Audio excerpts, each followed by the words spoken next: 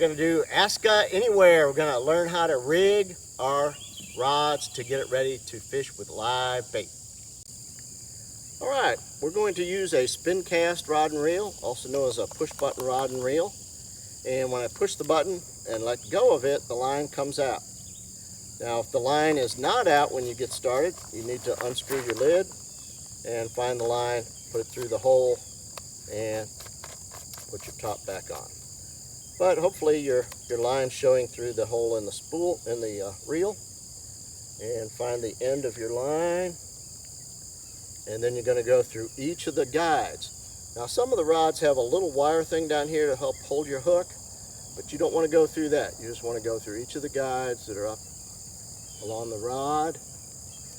And you don't want to miss one, so I kind of follow the rod as I go up all the way to the top. And if you want to be special careful, you can kind of tighten this up, make sure it goes through the guides by just pulling on it, and see that the line's inside each guide.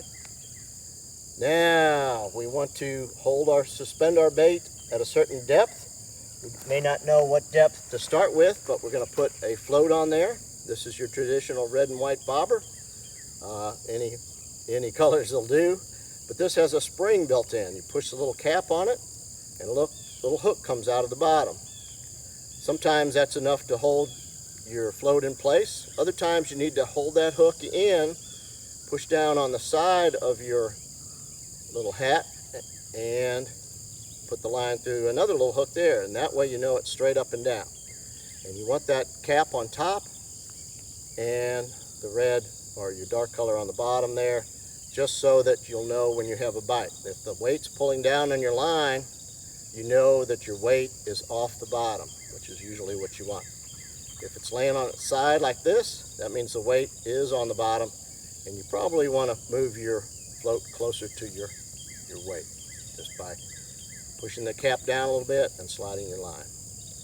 Next, we want to put our hook on, and I'll show you a knot in just a minute, but let me just go through that knot right now. The improved clinch knot, or we'll just tie you a clinch knot on here, that'll be enough. We're going to take our hook and twist it 8 times. 3, 4, 5, 6, 7, 8. More about that later in a separate video.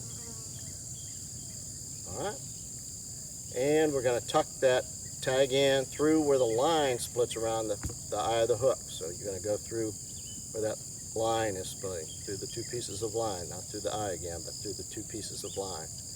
And then just tighten it up. And some people say to spit on it. We're not going to do that right now. Others say to wet it somehow.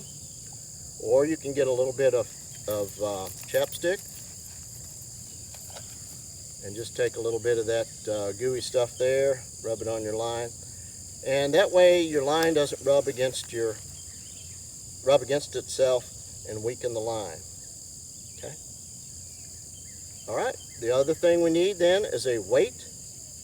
We're going to, depending upon what kind of bait we're using, we usually want a weight about finger length or hand length above our float.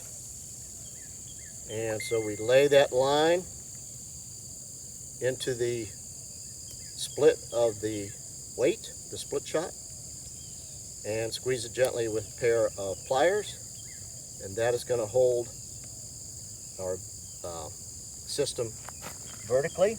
And you may want to take your clippers or fingernail clippers and clip off the line that's sticking out from your hook, so it makes it a little more presentable to us and perhaps the fish too, although I'm not sure they really are too interested in that. But that's how we want to rig a simple bobber rig to catch a variety of fish with a live bait.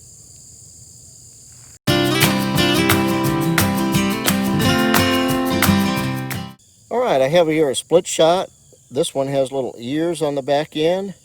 That makes it a reusable split shot. So I can clamp it down on my fishing line by using my pliers to squeeze it gently but firmly.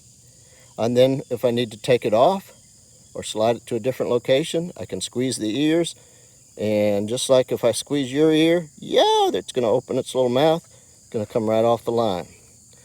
So it's nice to use the reusable split shot when you're fishing.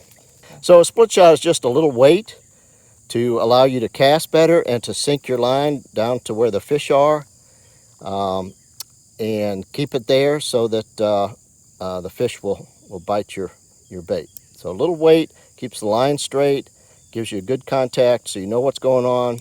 When you do get a bite, that you can tell that you're getting a bite and you can catch a fish.